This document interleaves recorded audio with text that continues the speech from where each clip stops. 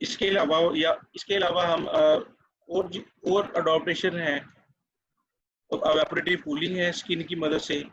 और दूसरे terrestrial animal में एवापोरेटिव कूलिंग के अलावा कुछ और मैकेनिज्म होते हैं, कुछ के अंदर स्वेट ग्लैंड्स होते हैं, ठीक है। स्वेट ग्लैंड भी एवापोरेटिव कूलिंग में ही इन्वॉल्व होते हैं, और इससे बड़ी तेजी से बॉडी का टेम्परेचर विद इन सेंटीग्रेड नीचे आता है। हर गुजरते वक्त के साथ 1 डिग्री सेंटीग्रेड बॉडी का टेम्परेचर कम होता चला जाता है, जब तक 37 डिग्री सेंटीग्रेड नहीं हो जाता। उसके अलावा पेंटिंग है।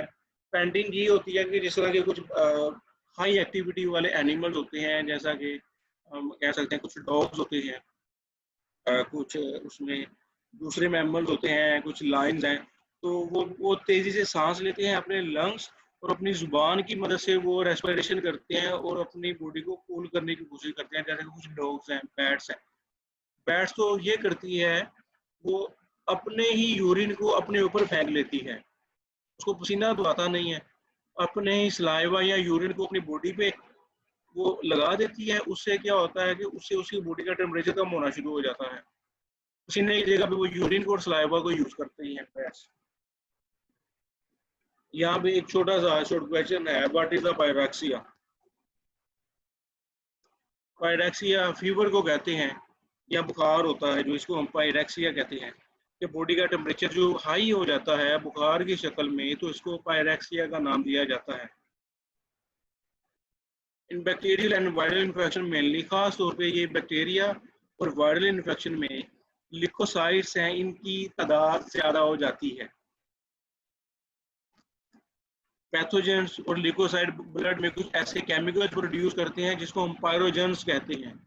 इन पायरोजेंस, ये जो पायरोजेंस हैं ये डायरेक्टली जाके, यानी कि पायरोजेंस ये वो केमिकल्स हैं जो कि बैक्टीरिया, वायरस और लिकोसाइट्स की बढ़ी हुई तादाद रिलीज करते हैं, और ये पायरोजन दिमाग में, ब्रेन में, हाइपोथैलेमस में जाके वहाँ पे जो थर्मोस्टेट होता है उस थर्मोस्टेट पे जाके इंटरेक्ट करते हैं, और उसका जो टेम्परेचर है वो 37 डिग्री सेंटीग्रेड से डिस्प्लेस हो जाता है। डिस्प्लेस होने से वो ऑटो बॉडी को सिग्नल देता है कि बॉडी का टेम्परेचर ज़्यादा करो, और बॉडी का टेम्परेचर 38 या 39 डिग्री सेंटीग्रेड तक मूव करवा दिया जाता है।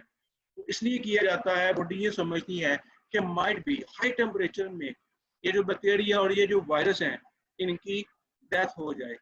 तो लिहाजा ये बॉडी का एक रेस्पॉन्स मैकेनिज्म होता है हाई फीवर। बुखार हमेशा एक सेकेंडरी सिम्टम होती है, ये बॉडी का रेस्पॉन्स होता है किसी भी इन्फेक्शन के अगेंस्ट। बॉडी में कोई भी जरा सा प्रॉब्लम आ जाए, कोई भी प्राइमरी और कॉम्प्लिकेशन आ जाए, तो सेकेंडरी उसको कंपनसेट करने के लिए बॉडी में फीवर प्रोड्यूस होता है।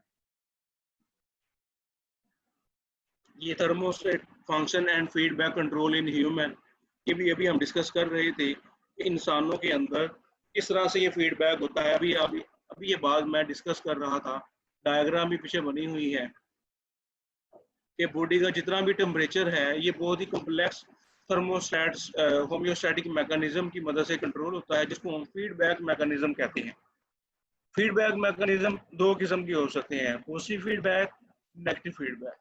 पॉजिटिव फीडबैक ये होता है कि बॉडी को सिग्नल मिला कि बॉडी का टेम्परेचर 37 है, तो उसको मजीद इंक्रीज किया जाए, 38 किया जाए या 39 किया जाए, इसको कहते हैं पॉजिटिव फीडबैक मैकेनिज्म। कि ब्रेन को मिलने वाला सिग्नल पहले से पैदा होने वाले सिग्नल को एम्पलीफाई कर दे, इसको कहते हैं पॉजिटिव फीडबैक। फिर दूसरा सिग्नल होता है नेगेटिव फीडबैक, जो कि पहले से पैदा होने वाले सिग्नल को या किसी एक्टिविटी को स्लो डाउन करता है, उसको रिटार्ड करता है, उसको कम करता है, उसको हम कहते हैं नेगेटिव फीडबैक मैकेनिज्म। अगर बॉडी का टेम्परेचर ज़्यादा हो रहा है, फॉर एग्जांपल गर्मी में आप धूप में खड़े हैं, बॉडी का टेम्परेचर 38, 39, 40 तक जा रहा है, तो हाइपोथैलेमस सिग्नल भेजेगा पूरी तौर पे बॉडी के मुख्तलिफ ऑर्गन्स की तरफ, खास तौर पर ब्लड वेसल्स की तरफ, हार्ट की तरफ।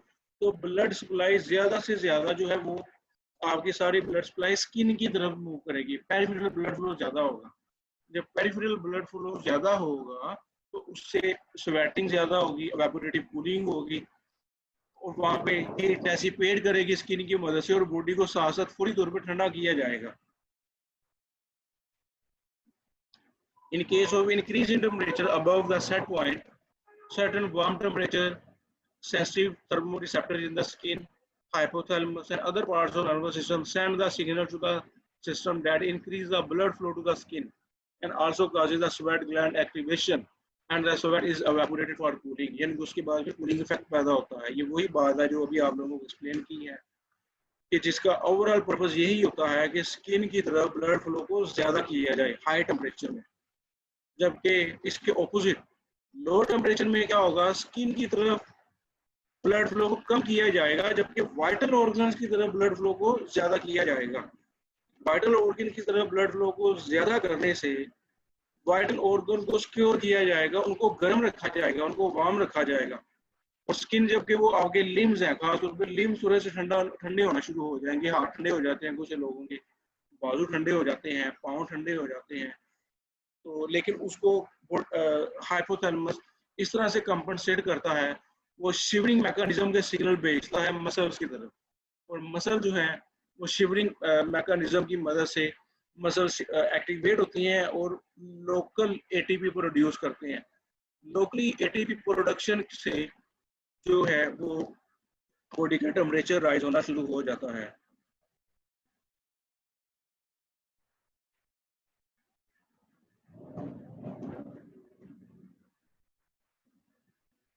Any question from today lecture? ये आज हमने अल्हम्दुलिल्लाह सेकंड ईयर का फर्स्ट चैप्टर तकमील कर लिया है। इसके बाद हम कल से इंशाल्लाह ताला सेकंड ईयर का second chapter the transport and movement का आगाज़ करेंगे। उसको भी तकरीबन 10 से 12 लेक्चर्स लगेंगे, वो भी जल्द ख़त्म हो जाएगा।